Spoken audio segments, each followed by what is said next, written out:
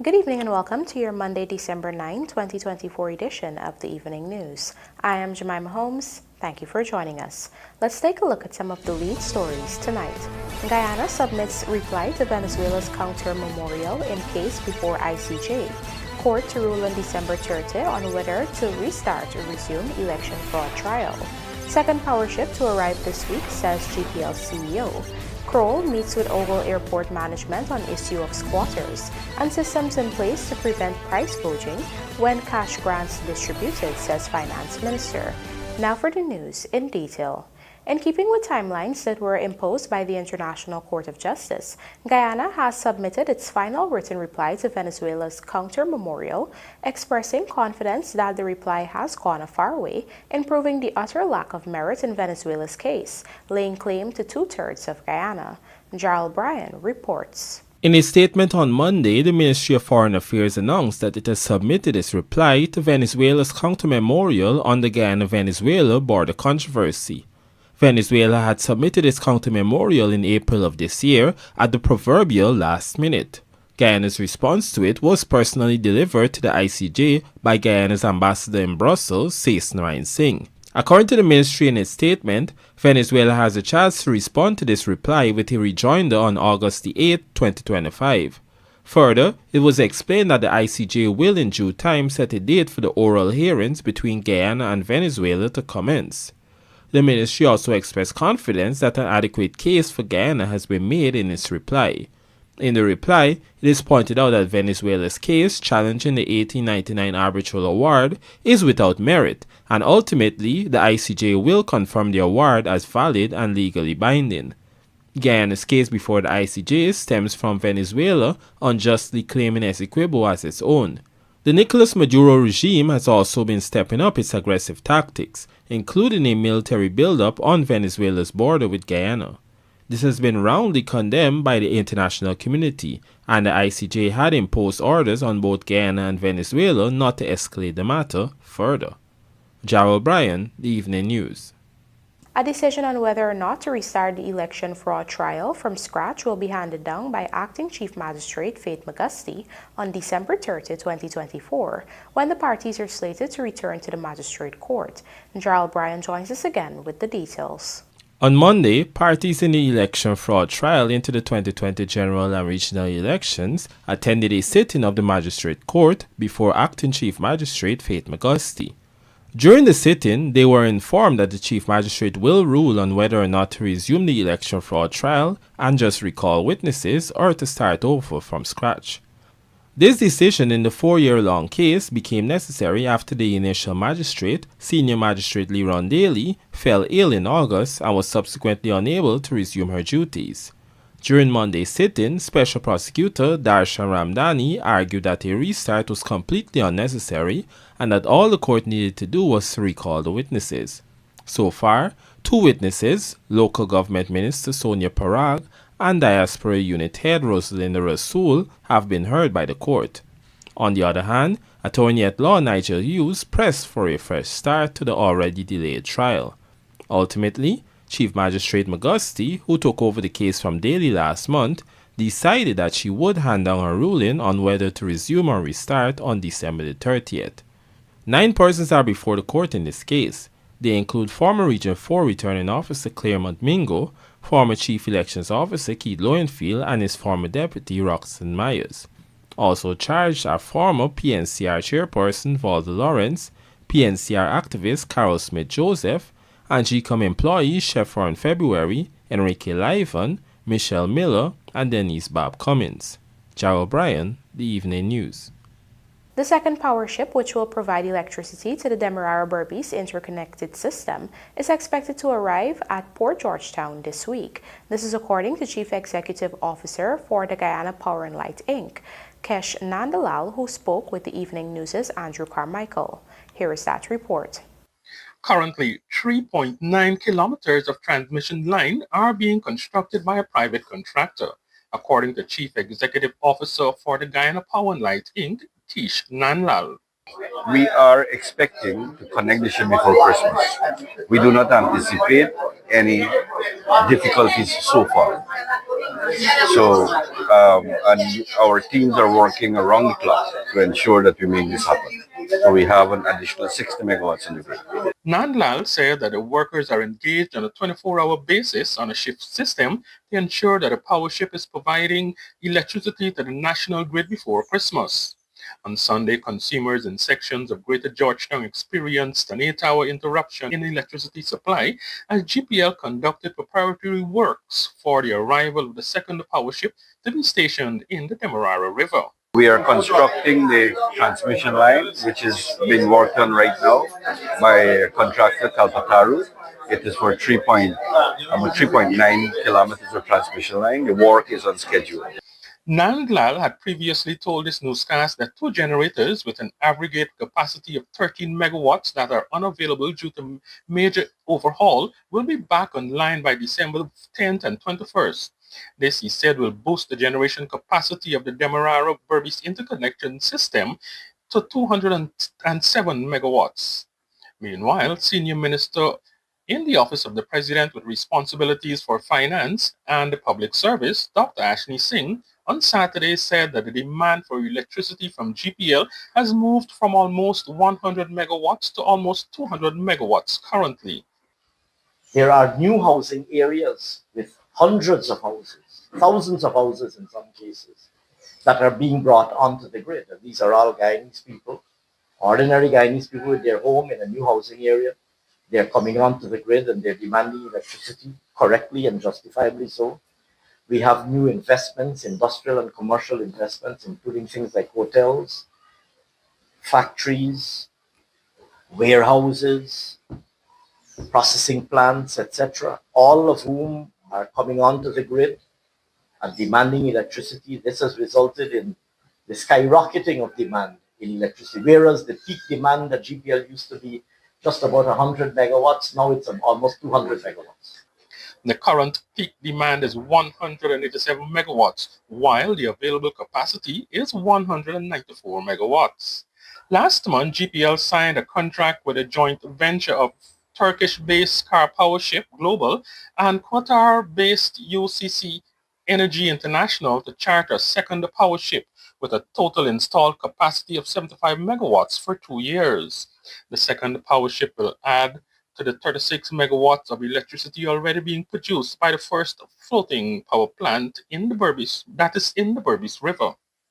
Andrew Carmichael, The Evening News. Guyana and Suriname have settled on Chinese construction company China Road and Bridge Corporation as the preferred contractor for highly anticipated Quarantine River Bridge that will link the two South American neighbors. Public Works Minister Juan Edgel has confirmed that the two sides have agreed on the potential contractor but are yet to develop a contract. According to Edgel, the contract between the contractor and the two countries will be signed as soon as the financing mechanism for the bridge is sorted out. Both Guyana and Suriname had written the government of China for financing of the bridge project. In fact, Surinamese President Chandrika Prasad Santokhi delivered a letter jointly signed by himself and President Dr. Irfan Ali to President Xi Jinping during a visit back in April of this year, seeking concessional financing for the Quarantine Bridge. The Evening News was told by a senior Guyana government official that the Chinese government is willing to fund the project given its close bilateral relations with both the Caribbean Community CARICOM, its member states. However, the issue lies in Suriname's economic situation. As part of its economic recovery program, the Surinamese government signed a structural adjustment program with the International Monetary Fund to restore its macroeconomic stability. This program makes it difficult for the Dutch-speaking country to take out loans, hence the snag in the process of securing financing for the bridge project. Both Guyana and Suriname are meant to share the cost of the bridge construction in a 50-50 arrangement. Meanwhile, the Guyana Police Force is denying reports that Deputy Superintendent Fiona Harris had been transferred. Reports are that Deputy Superintendent Harris had been transferred for giving effect to a court order that allowed Adonica Alder, the wife of embattled Assistant Police Commissioner Calvin Brutus, to leave the jurisdiction for medical reasons. Days after the report surfaced, the police force issued a statement noting that it respects the ruling of the court and that in keeping with its directive, due process was followed to facilitate Alder's departure. The force further noted that a discussion occurred between Superintendent Stephen Telford, Deputy Chief Immigration Officer, and Deputy Superintendent Harris, resulting in the necessary arrangements being made for compliance with the court order. Moreover, the police force said at no point did Deputy Superintendent Harris act outside of her authority or against established protocols. Against this backdrop, the force said contrary to the report circulating, Deputy Superintendent Harris was not transferred and that the Deputy Chief Immigration Officer did not issue any transfer orders, nor was there any directive from the executive leadership team of the police force regarding such an action. As such, the police said it strongly refutes the claims that officers are being threatened with demotion, transfer, or criminal charges in connection with this matter. Coming up, Linden town clerk blasts mayor for poor financial management and teen e-bike rider killed in quarantine accident. Do stay with us. More news ahead.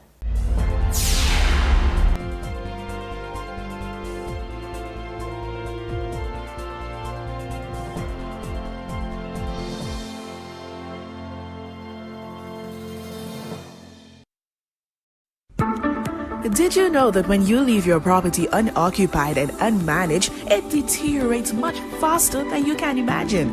Then before you know it, much of your hard-earned investment is wasted. At Hand in Hand Trust Corporation, property management is our business.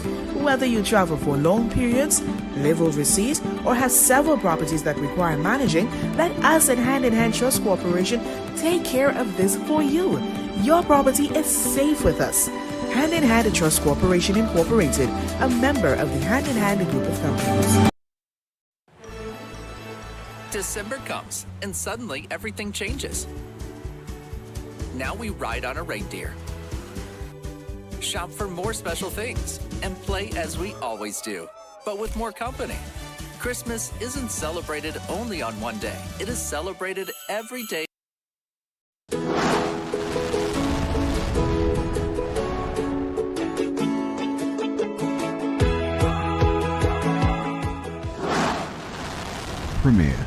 Premier insurance coverage for less.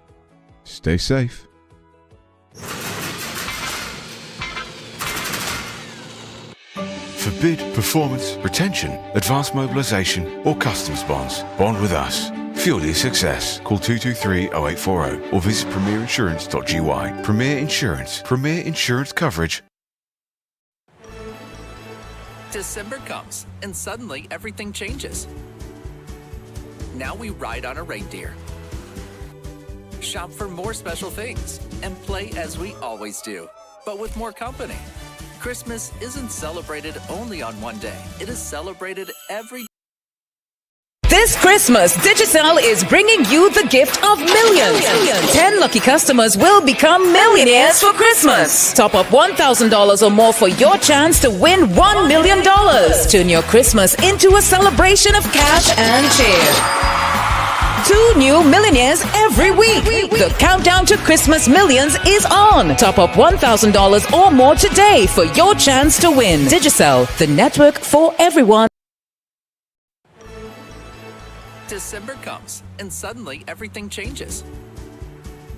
Now we ride on a reindeer, shop for more special things, and play as we always do, but with more company. Christmas isn't celebrated only on one day. It is celebrated every.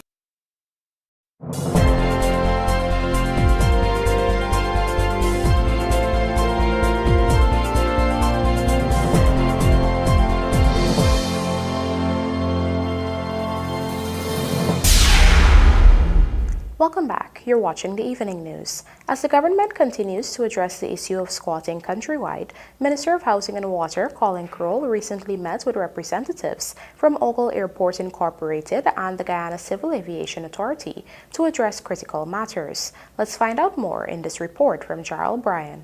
In an interview with the media on Monday, Minister of Housing and Water Colin CROAL provided an update on the government's efforts to address squatting countrywide.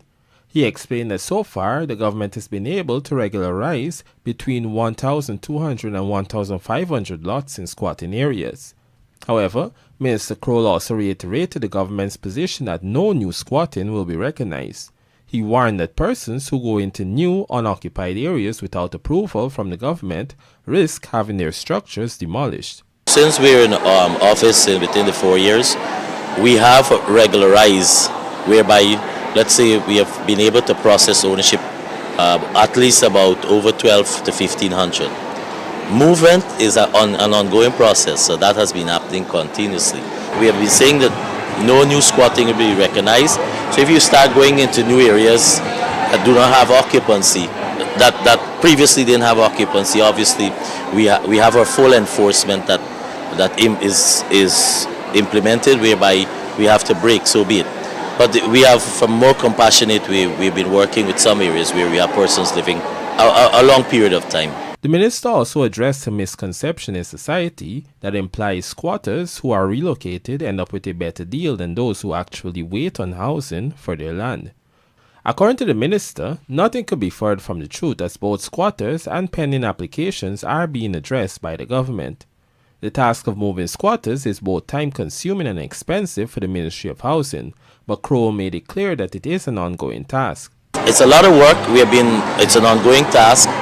And you have, in addition to some established areas, that you will be surprised that people are living there and they don't have ownership. I'll give you the last two. For example, I was in Enmore. There's a portion in Enmore that you see regular houses, persons live, they have all the infrastructure, but they don't have the ownership.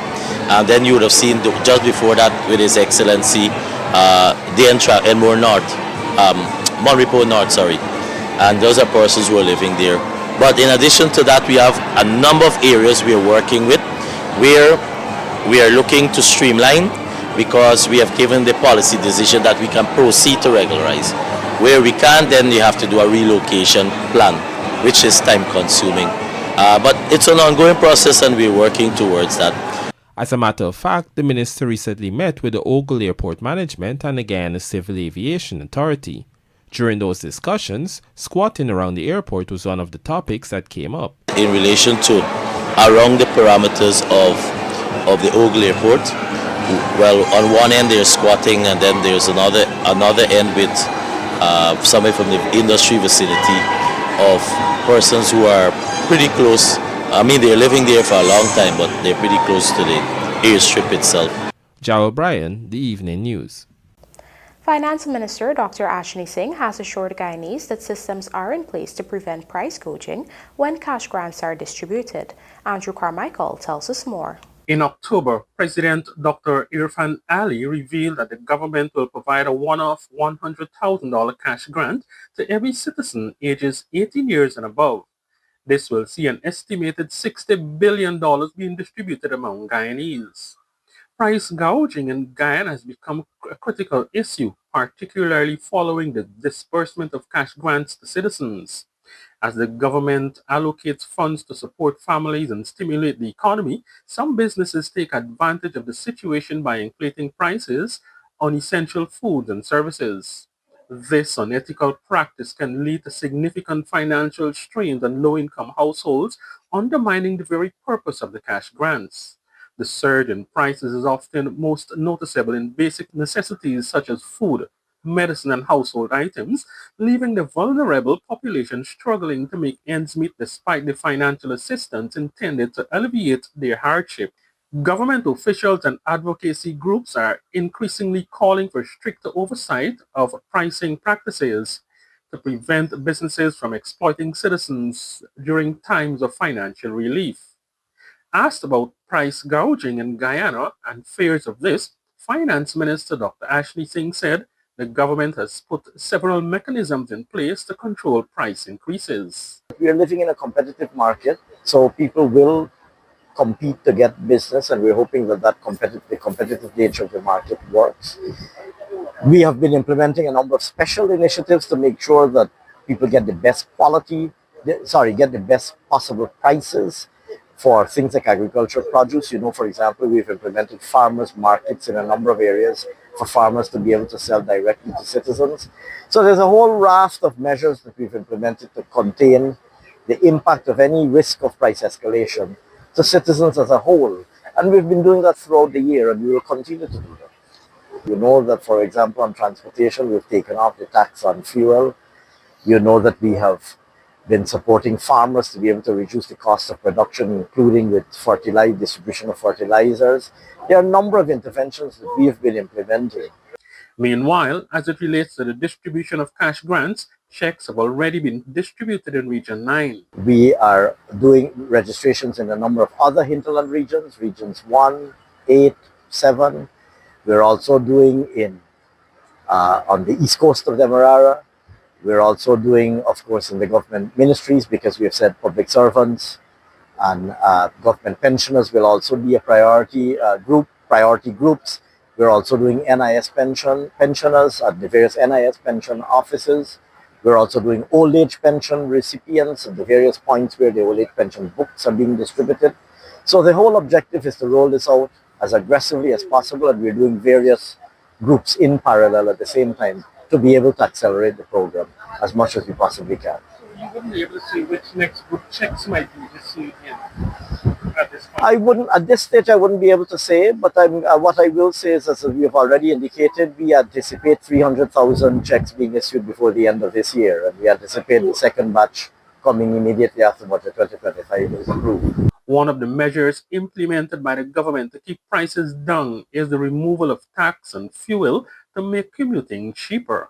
When asked about the challenges facing the administration regarding the cash grant, Minister Singh noted that a lot of planning has been put into the activity. He referred to it as a mammoth task, noting that it encompasses the entire nation. A lot of very good quality preparation went into this. So we've developed a good quality app for collecting the data. It's working very well. We have a lot of people who are working on the team. They've been, citizens have been cooperating. I think if you speak to the citizens, they will tell you that the processing time is incredibly fast. I think the registration takes no more than 3 minutes if you take your time. And everybody has said that to me, that it has gone incredibly smoothly, and they're very impressed with the smoothness and efficiency with which the registration is happening. For the Evening News, Andrew Carmichael. Town Clerk of the Linden Mayor and Town Council, Lennox Gasper, has criticized the mayor of the town for his poor financial management. Kelroy Williams reports. In a recent interview with the Evening News, Linden's Town Clerk Lennox Gasper blasted the mayor for his poor financial management of the council. According to Gasper, the mayor had made a request for some $1 million to be withdrawn from the council's market emergency fund to purchase urban to patch the market's roof. However, Gasper explains that the council's market emergency fund is only to facilitate minor works. The town clerk added that with the current state of the market's roof, emergency works must be done to reconstruct the entire structure. These funds are for any emergency, and minor stuff.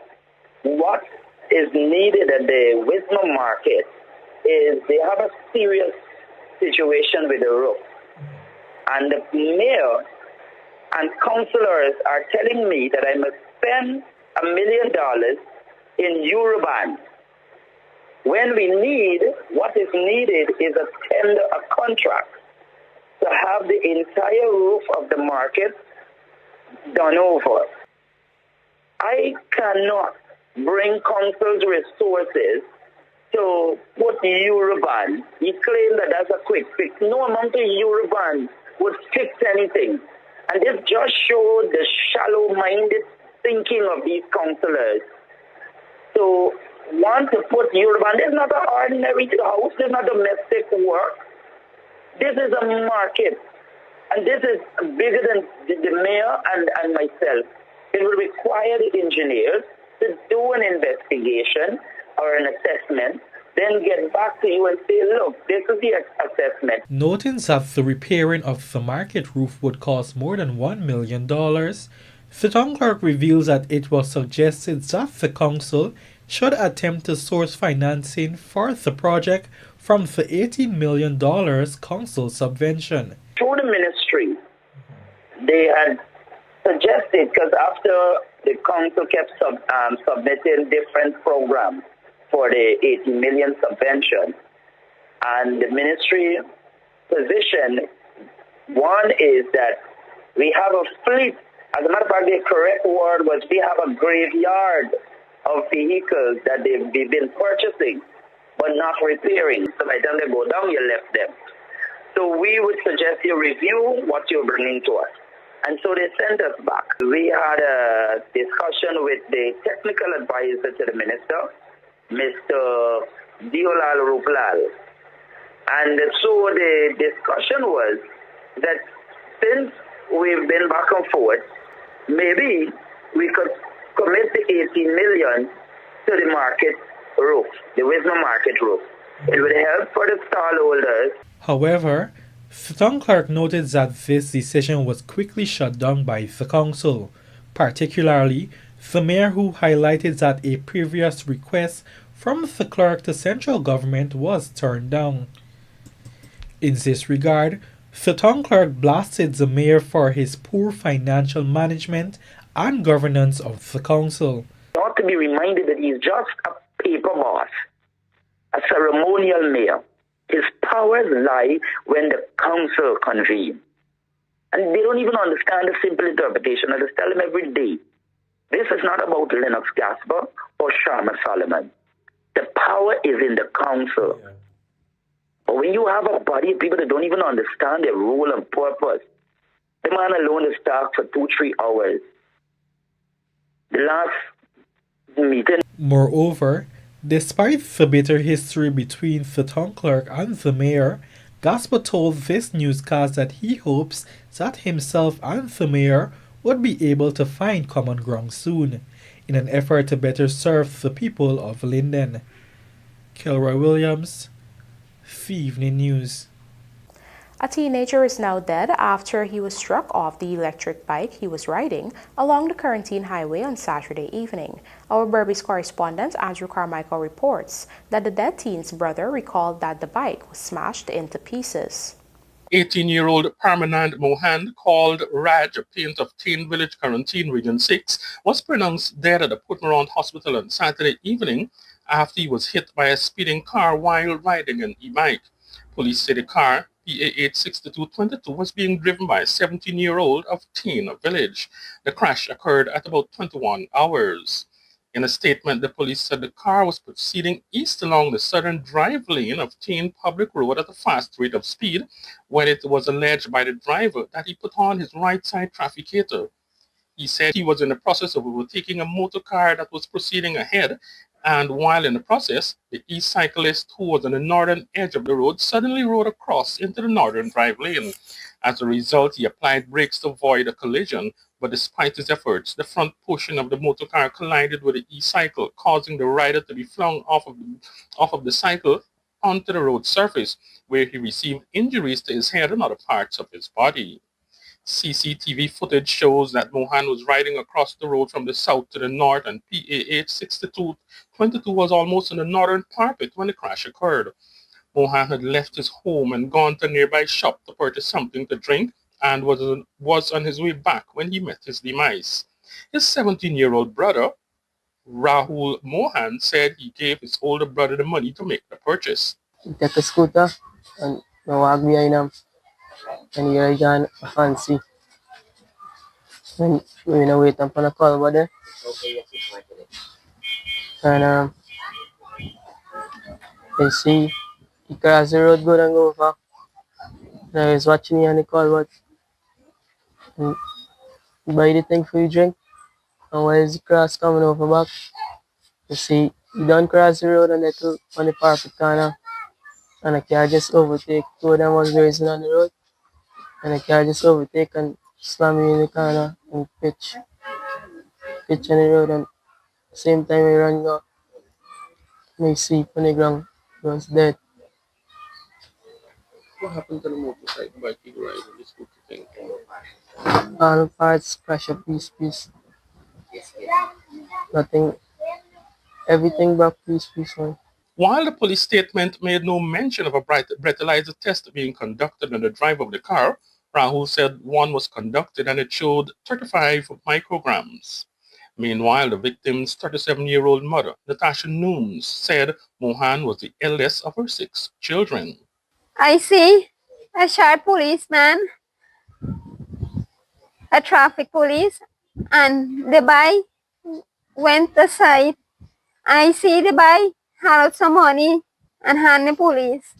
The police asked me why I'm watching. They said, how did I watch? Because I want to see who killed my son. He said, Mommy, we cook. Me tell him, say, how me buy chow mein when I cook. Me tell him, I can live with chow mein if you want it. He said, no. So I go upstairs and I beg $1,500 and give my son. I go buy food for he and his 2 brothers.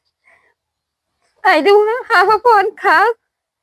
Somebody come and tell me my son have accidents. They don't tell me my son dead or anything. When I got to the Portman hospital, I see my son lie down and my son died. According to Nooms, she was offered $2 million by persons close to the driver of the car who remains in police custody, but she wants justice. This morning, the people come and the people ask me, say, how to take me one settlement for my son. I tell them no. Me want my son.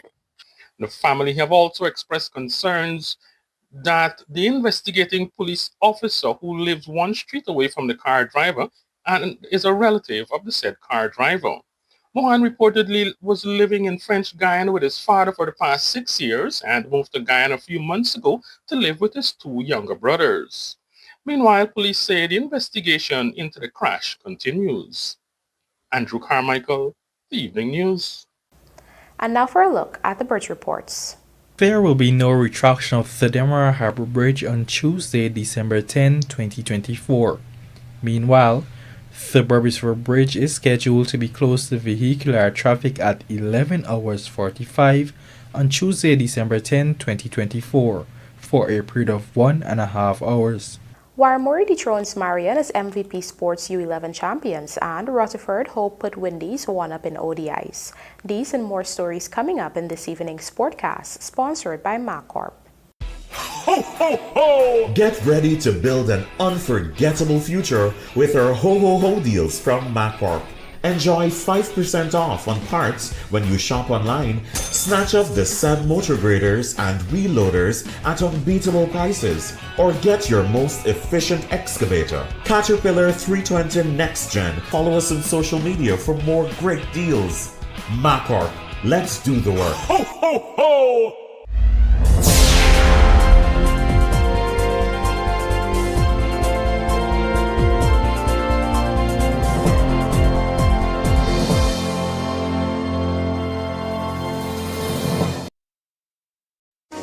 Need quality electrical or hardware supplies for domestic, commercial, and industrial usage? Visit SPR Enterprise. We stock a wide variety of tools, transformers, connectors, cables, line hardware, and control products at competitive prices. Check us out for brands such as Square D, Eaton, Fluke, Klein, and 3M. We are located at 45 Brick Dam, Georgetown, or call us on 223-5699, 223-5687, or WhatsApp 639-7193. SPR Enterprise, your single source for quality electrical products.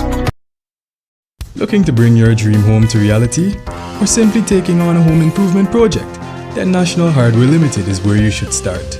Let us put that touch to your home.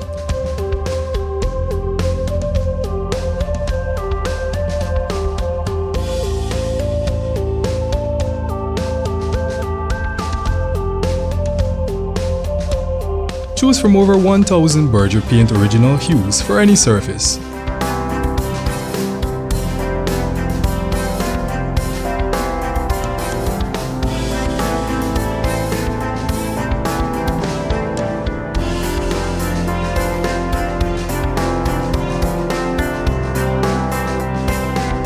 We are known for our trusted brands such as Westinghouse, Philips, Sadco, Rubbermaid, Pyrex, Gibson Home, and so much more. National Hardware Limited, your do-it-best store. Located in downtown Georgetown and industrial site Rhymeville. December comes, and suddenly everything changes. Now we ride on a reindeer, shop for more special things, and play as we always do. but with more company. Christmas isn't celebrated only on one day. It is celebrated every day. Did you know that Gassie's Jet A1 fuel is a type of aviation fuel specially formulated for turbine engines? Jet A1 fuel is safer to handle and transport than any other fuel types due to its high flash point and low volatility. It also boasts a high energy content, enhancing aircraft performance and efficiency. So whether traveling for business or pleasure, choose Guyana's Jet A1 fuel for a safe, reliable, and efficient flight.